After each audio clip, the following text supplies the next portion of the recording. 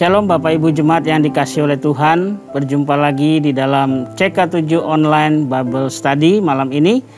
Nah, hari ini kita akan melanjutkan pembelajaran kita di dalam kitab Imamat pasal yang ke-18. Nah, sebelum kita mulai, mari kita masuk hadirat Tuhan. Kita minta hikmat dari Tuhan untuk kita bisa mengerti pelajaran pada malam hari ini. Mari kita sama-sama datang sama Tuhan. Mari kita semua berbahasa roh datang kepada Tuhan. Korabashanda bakaralabayana masyikire baralabashanda. Oh rabakaralabayana masyanda rabakaralabashanda. Oh ribiana masyanda ralabayana masih. Haleluya ralabayana ralabayana.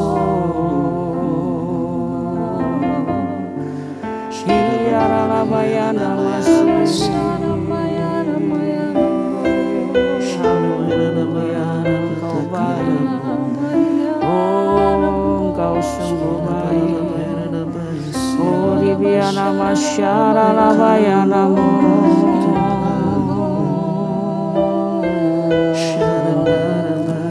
kami datang kepadamu Tuhan, oh bersyukur buat kasih setiamu.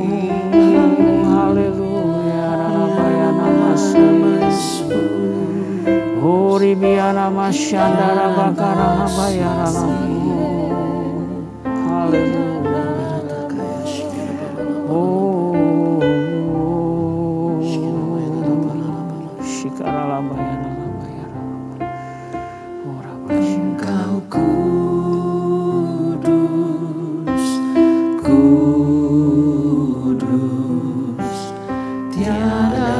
sepertimu, Engkau kudus, kudus, mulialah namamu. Engkau kudus, kudus, tiada yang sepertimu. Engkau kudus, kudus, mulialah namamu. Mari katakan, ku mau bermazmur, ku kan bermazmur selamanya. Ku cinta Kau Yesus, di hadapan tahta-Mu ya Tuhanku, ku serahkan hidupku. Ku kan bermazmur selamanya. Ku cinta Kau Yesus, di hadapan tahta-Mu ya Tuhanku, ku serahkan hidupku. ku serahkan hidupku. Haleluya rabasyandara bayana. Hori biana masyandara. Engkau kudus, kudus, tiada yang sepertimu. Engkau kudus, kudus, mulialah namamu. Katakan, ku mau bermazmur selamanya. Ku kan bermazmur selamanya. Ku cinta Kau Tuhan. Ku cinta Kau Yesus. Amin. Di hadapan tahta-Mu ya Tuhanku, Kuserahkan hidupku. kuserahkan hidupku. Katakan sekali lagi, ku mau bermazmur bagimu. Ku kan bermazmur selamanya. Ku cinta Kau Yesus. Di hadapan tatamu ya Tuhanku, ku serahkan hidupku. Di hadapan tatamu ya Tuhanku, ku serahkan hidupku. Di hadapan tatamu ya Tuhanku, ku serahkan hidupku. Mari kita bermazmur. Orabashi karabayana. Hidup kami bagimu Yesus. Yesus Tuhan, Kau Allah kami cinta Engkau, kami mau bermazmur bagimu, sebab Engkau baik. Engkau Allah yang setia dalam hidup kami Tuhan. Uribiara basyikara labo, hiara lama ya namase.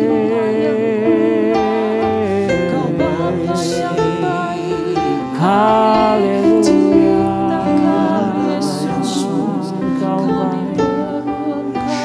Oh, ribiara basyandara bakara labaya namase.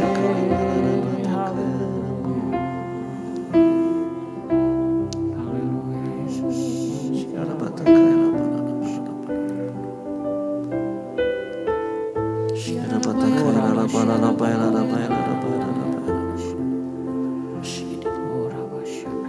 Sucikan dan kuduskan hati ini untuk layak menghadap hadirat-Mu. Tubuh jiwa rohku ku serahkan padamu. Ku menyembah-Mu. Tinggikan nama-Mu ya Tuhan. Mulialah nama-Mu ya Tuhan. Tiada lain seperti Engkau ya Allahku. Besar kuasa-Mu, tiada lain seperti Engkau ya Allahku. Besar kuasa-Mu. Sucikan dan kuduskan hati ini untuk layak menghadap hadirat-Mu. Tubuh jiwa rohku ku serahkan padamu. Ku menyembah-Mu. Tinggikan nama-Mu ya Tuhan. Mulialah nama-Mu ya Tuhan. Tiada lain seperti Engkau ya Allahku. Besar kuasa-Mu, tiada lain yang seperti Engkau ya Allah. Allahku, besar kuasa-Mu.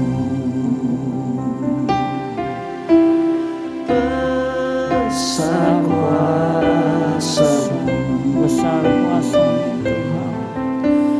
besar kuasa-Mu.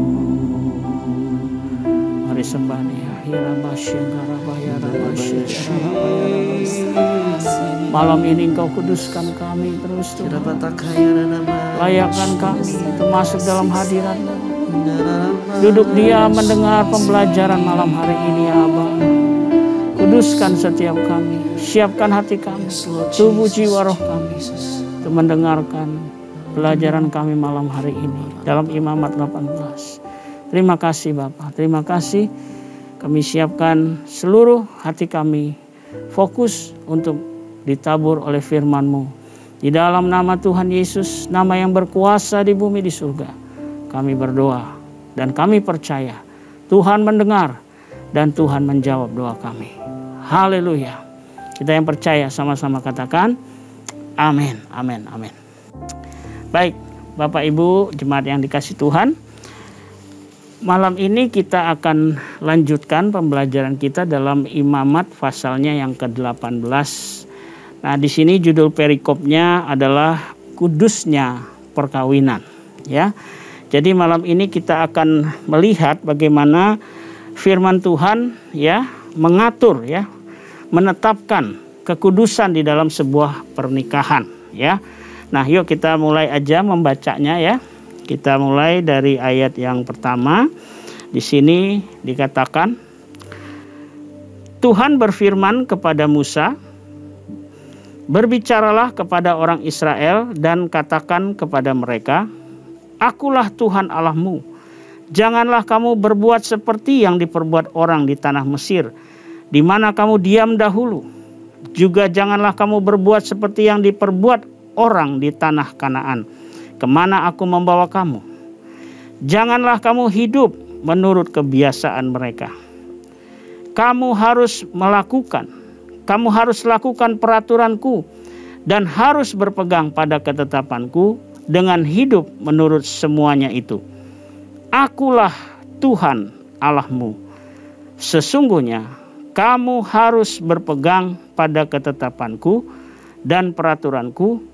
Orang yang melakukannya akan hidup karenanya. Akulah Tuhan. Bapak Ibu, dalam kitab Imamat 18 ini Tuhan selalu membuka ya untuk menyatakan bahwa akulah Tuhan Allahmu. Selalu dikatakan bahwa Tuhan itu mau menyatakan akulah Tuhan Allahmu, artinya aku yang menjadi raja dan yang memerintah dalam hidupmu, begitu ya. Jadi karena itu hari ini dia mau menyatakan itu buat kita semua. Ya, ada beberapa perintahnya yang harus kita lakukan. Ya, di ayat yang ketiga dimulai di situ dikatakan, janganlah kamu berbuat seperti yang diperbuat orang di tanah Mesir, di mana kamu diam dahulu. Juga janganlah kamu berbuat seperti yang diperbuat orang di tanah Kanaan, kemana aku membawa kamu. Janganlah kamu hidup menurut kebiasaan mereka. Artinya begini Bapak Ibu, di sini intinya begini. Tuhan mau ya supaya apa yang diperbuat orang di tanah Mesir dahulu, waktu orang Israel sebelum dia keluar dari Mesir, ada perilaku-perilaku yang tidak kudus di situ, ya. Nah, nanti kita akan baca, kita akan belajar apa sih yang tidak kudus itu, ya. Nah, juga nanti kepada tanah di mana mereka akan dibawa, itu tanah Kanaan, di mana di sana juga ada perilaku-perilaku orang yang tidak kudus, yang bobrok nilai moralnya, begitu, ya. Nah, yuk kita lanjutkan ya di sini di ayat yang ke-6, ya. Kita akan lihat di sini ayat yang ke-6. Siapapun di antaramu janganlah menghampiri seorang kerabatnya yang terdekat untuk menyingkapkan auratnya. Akulah Tuhan. Janganlah kau singkapkan aurat istri ayahmu, karena ia hak ayahmu. Dia ibumu, jadi janganlah singkapkan auratnya. Ayat 8, janganlah kau singkapkan aurat seorang istri ayahmu, karena ia hak ayahmu. Mengenai aurat saudaramu perempuan, anak ayahmu atau anak ibumu, baik yang lahir di rumah ayahmu maupun yang lahir di luar, janganlah kau singkapkan auratnya. Mengenai aurat anak perempuan dari anakmu laki-laki atau anakmu perempuan, janganlah kau singkapkan auratnya, karena dengan begitu engkau menodai keturunanmu. Ayat 11, mengenai aurat anak perempuan dari seorang istri ayahmu yang lahir daripada ayahmu sendiri, janganlah kau singkapkan auratnya, karena ia saudaramu perempuan. Janganlah kau singkapkan aurat saudara perempuan ayahmu, karena ia kerabat ayahmu. Janganlah kau singkapkan aurat saudara perempuan ibumu, karena ia kerabat ibumu. Janganlah kau singkapkan aurat istri saudara laki-laki ayahmu. Janganlah kau hampiri istrinya, karena ia istri saudara ayahmu. Janganlah kau singkapkan aurat menantumu perempuan, karena ia istri anakmu laki-laki. Maka janganlah kau singkapkan auratnya. Ayat 16, janganlah kau singkapkan aurat istri saudaramu laki-laki, karena itu hak saudaramu laki-laki. Janganlah kau singkapkan aurat seorang perempuan dan anaknya perempuan. Janganlah kau ambil anak perempuan dari anaknya laki-laki atau dari anaknya perempuan untuk menyingkapkan auratnya, karena mereka adalah kerabatmu. Itulah perbuatan mesum. Janganlah kau ambil seorang perempuan dari sebagai madu kakaknya untuk menyingkapkan auratnya di samping kakaknya selama kakaknya itu masih hidup. Ayat 19, janganlah kau hampiri seorang perempuan pada waktu cemar kainnya yang menajiskan untuk menyingkapkan auratnya. Dan janganlah engkau bersetubuh dengan istri sesamamu sehingga engkau menjadi najis dengan dia. Janganlah kau serahkan seorang dari anak-anakmu untuk dipersembahkan kepada Molok, supaya jangan engkau melanggar kekudusan nama Allahmu. Akulah Tuhan. Janganlah engkau tidur dengan laki-laki secara orang bersetubuh dengan perempuan, karena itu suatu kekejian. Janganlah engkau berkelamin dengan binatang apapun, sehingga engkau menjadi najis dengan binatang itu. Seorang perempuan janganlah berdiri di depan seekor binatang untuk berkelamin, karena itu suatu perbuatan keji. Nah, sampai di sini dulu pembacaan kita. Kita akan coba membahas ya satu persatu nanti ya. Nah, semua perintah-perintah Allah ini diberikan Tuhan itu berdasarkan janji. Karena orang Israel sudah berjanji bahwa dia akan taat dan setia kepada perintahnya dan ketetapan Tuhan. Ya. Nah, karena itu yuk kita bahas ya.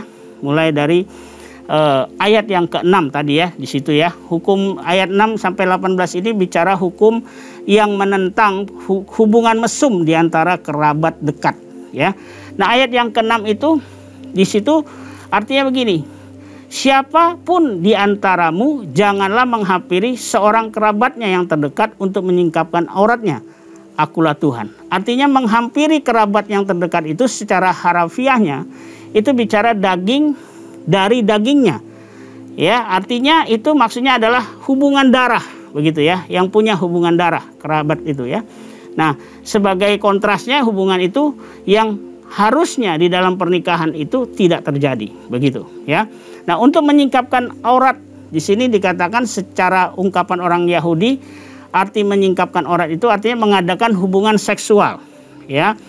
Nah, peraturan ini melarang ya adanya hubungan seksual di antara keluarga yang hubungannya sedarah, begitu ya. Itu di ayat yang ke-6. Kita lanjut di ayat yang ke-7. Janganlah kau singkapkan aurat istri ayahmu, karena ia hak ayahmu. Dia ibumu, jadi janganlah singkapkan auratnya. Artinya begini, hukum-hukum ini ditujukan ini kepada laki-laki. Jadi kita fokus dulu ya. Hukum ini ditujukan kepada laki-laki ya.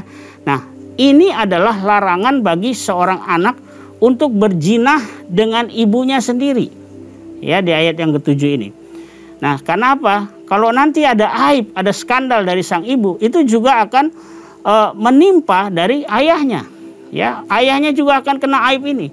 Karena itu mereka merupakan satu daging, suami istri ya, ibu dan ayah itu satu daging. Ya, kalau terjadi hubungan antara di sini seorang anak berzina dengan ibunya, maka ini akan merusak. Ya, inilah yang dinyatakan tadi kata Tuhan tadi, ya, perbuatan mesum, begitu ya.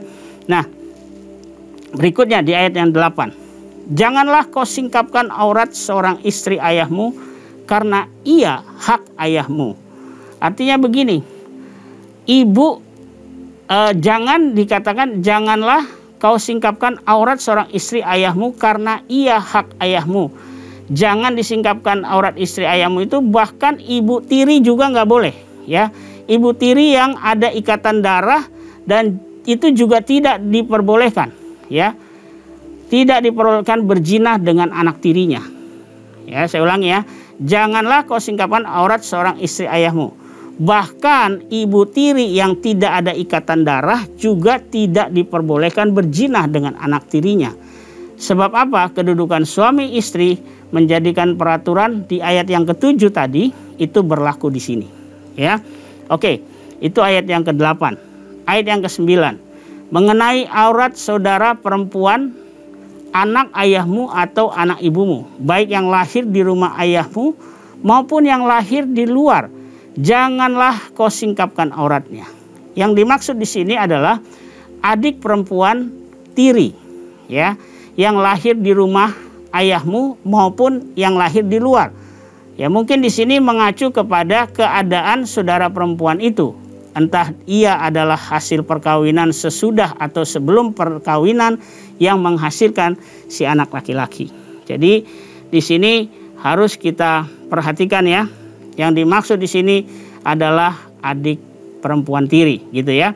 Itu di ayat yang ke-9. Tidak boleh melakukan hubungan seks dengan adik perempuan tiri.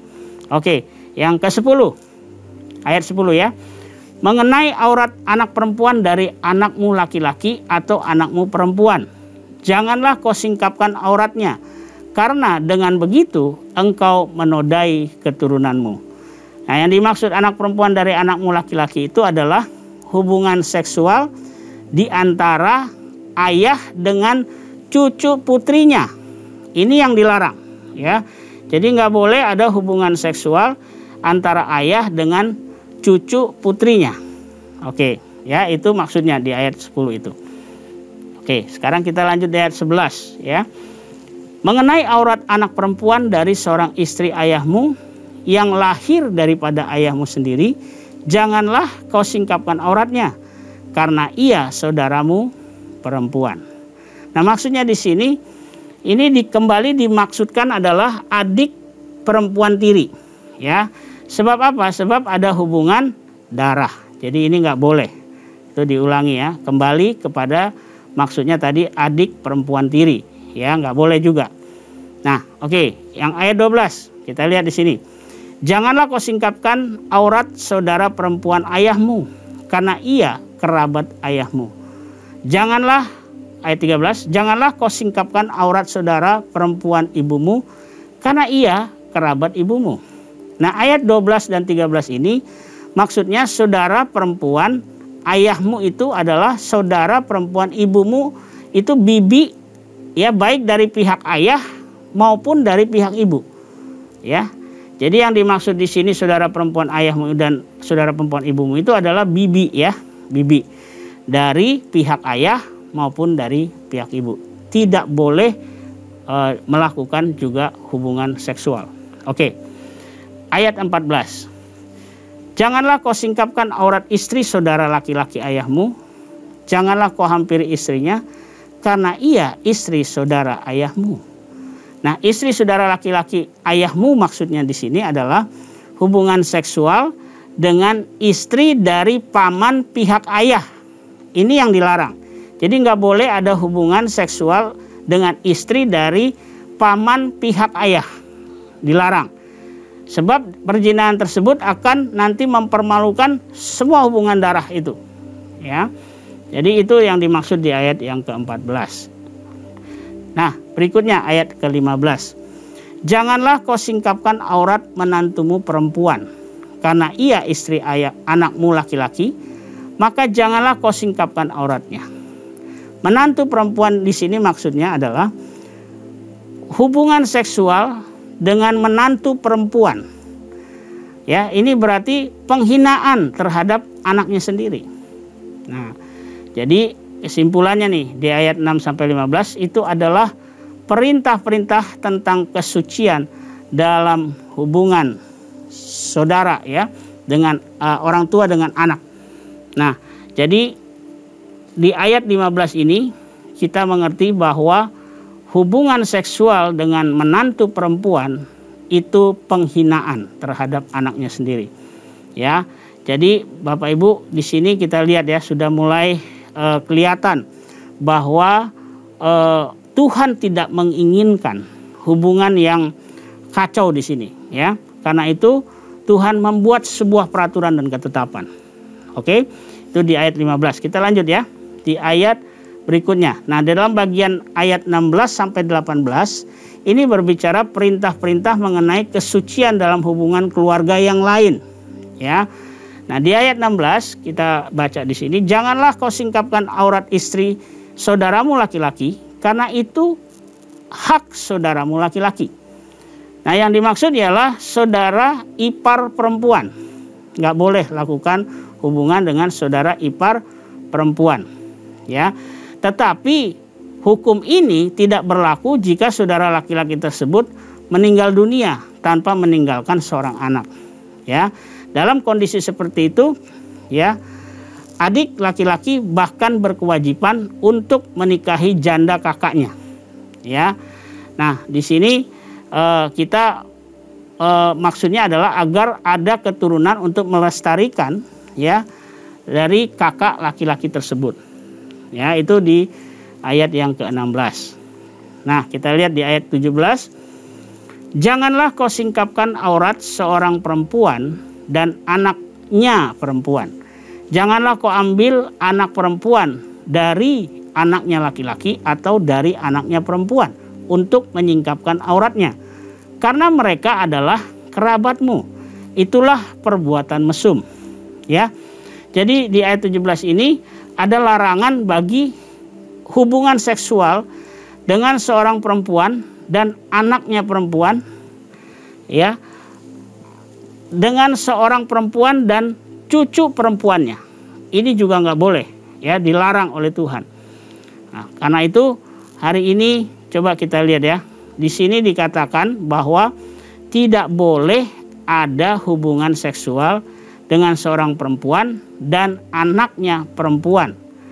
Ya, dan di sini juga dengan seorang perempuan dan cucu perempuannya, itu juga nggak boleh. Ya, itu di ayat yang ke-17 ada larangan yang jelas di situ. Oke, di ayat yang ke-18 kita lanjutkan. Janganlah kau ambil seorang perempuan sebagai madu kakaknya untuk menyingkapkan auratnya di samping kakaknya selama kakaknya itu masih hidup. Artinya tidak diperbolehkan menikahi dua orang perempuan bersaudara ketika keduanya masih hidup. Sekalipun hukum ini nampaknya tidak melarang seorang menikahi adik perempuannya dari istri yang sudah meninggal. Ya, kalau kita mau lihat kasus ya, kasus Yakub ya yang menikahi Lea dan Rahel. Nah, ternyata bahwa pada saat itu hukum ini belum dikenal gitu ya.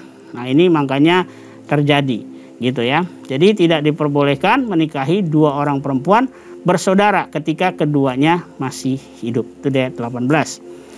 Nah, dalam ayat 19 sampai 23 ini kita akan melihat di sini jenis-jenis kenajisan dan kejahatan yang tidak wajar, ya. Ayat 19 dikatakan, janganlah kau hampiri seorang perempuan pada waktu cemar kainnya yang menajiskannya untuk menyingkapkan auratnya.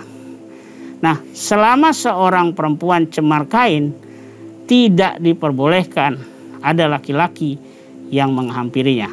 Maksudnya itu. Oke. Nah, di ayat yang ke-20. Dan janganlah engkau bersetubuh dengan istri sesamamu sehingga engkau menjadi najis dengan dia. Nah, artinya menjadi najis dengan dia ini adalah segala kenajisan yang ada pada istri sesamanya itu akan menjadikan laki-laki yang bersetubuh dengan dia itu menjadi najis. Karena itu dilarang ya bersetubuh dengan istri sesamamu ya. Oke.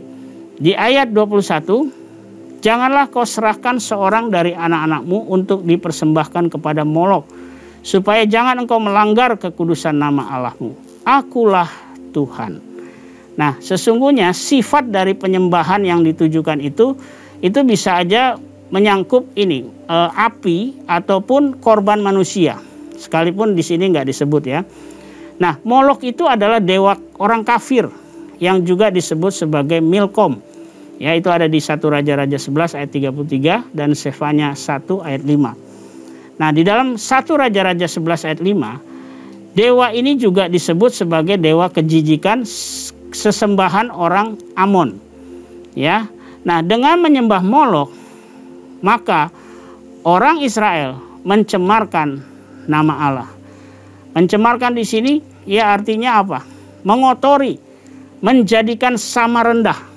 Wah, ini sangat dibenci Tuhan ya, nggak boleh, dilarang oleh Tuhan untuk kita mempersembahkan kepada Molok di sini ya. Oke, ayat yang berikutnya ayat 22. Janganlah engkau tidur dengan laki-laki secara orang bersetubuh dengan perempuan, karena itu suatu kekejian. Ayat 23, janganlah engkau berkelamin dengan binatang apapun sehingga engkau menjadi najis dengan binatang itu. Seorang perempuan janganlah berdiri depan seekor binatang untuk berkelamin, karena itu suatu perbuatan keji. Ya. Nah, penyimpangan hubungan seksual ini di dalam ayat 22 dan 23 ini tidak mungkin menghasilkan keturunan. Ya, ini jelas-jelas menyalahi tujuan Allah dalam sebuah hubungan pernikahan. Karena itu dilarang oleh Tuhan. Ya, karena itu tindakan ini merupakan pemberontakan baik terhadap Allah maupun terhadap umat Tuhan. Ya. Oke, di ayat ke-24 kita lanjut. Janganlah kamu menajiskan dirimu dengan semuanya itu, sebab dengan semuanya itu bangsa-bangsa akan kuhalau dari depanmu setelah menjadi najis, ya. Ayat 25, negeri itu telah menjadi najis dan aku telah membalaskan kesalahannya kepadanya sehingga negeri itu memuntahkan penduduknya. Tetapi kamu ini haruslah tetap berpegang pada ketetapanku dan peraturanku. Ya, jadi Bapak Ibu ayat 24 sampai 30 ya. Di sini Tuhan menyatakan begini, bahwa Allah itu menginginkan bangsa itu agar mereka memandang Dia sebagai Allah mereka dan memisahkan diri dari kebiasaan-kebiasaan bangsa kafir atau orang yang tidak mengenal Allah, bangsa yang tidak mengenal Allah di sekitar mereka. Dan Allah mau orang Israel hanya mengabdi kepada Dia. Nah, Bapak Ibu, sebagai kesimpulan di sini ya, bahwa perintah Allah ini memang keras dan ketat ya, menuntut perubahan perilaku seks dari bangsa Israel yang sudah dianggap wajar selama ini. Ya, karena udah kebiasaan ya dari Mesir ya. Karena penyimpangan terhadap hubungan pernikahan antara kerabat dekat dapat merusak tatanan relasi atau hubungan dalam sebuah keluarga. Karena itu perlu diatur dengan ketat dan benar sesuai dengan firman Tuhan. Ya. Nah, pernikahan yang kudus adalah pernikahan yang memiliki hubungan perilaku seks sesuai dengan peraturan dan ketetapan Tuhan. Nah, kalau kita lihat aplikasi hari-hari ini, ya, banyak sekali penyimpangan-penyimpangan seks di dalam keluarga maupun di luar sana ya, di dunia ini. Karena itu kita sebagai anak Tuhan, mari melalui Imamat 18 ini kita belajar. Tuhan sudah bikin batas-batas ya, peraturan-peraturan dan ketetapannya.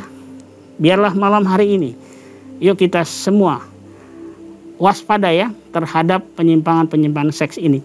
Karena dunia ini sekarang sudah mulai belak-belakan, terbuka ya. Sekarang kita udah tahu ada LGBT dan sebagainya.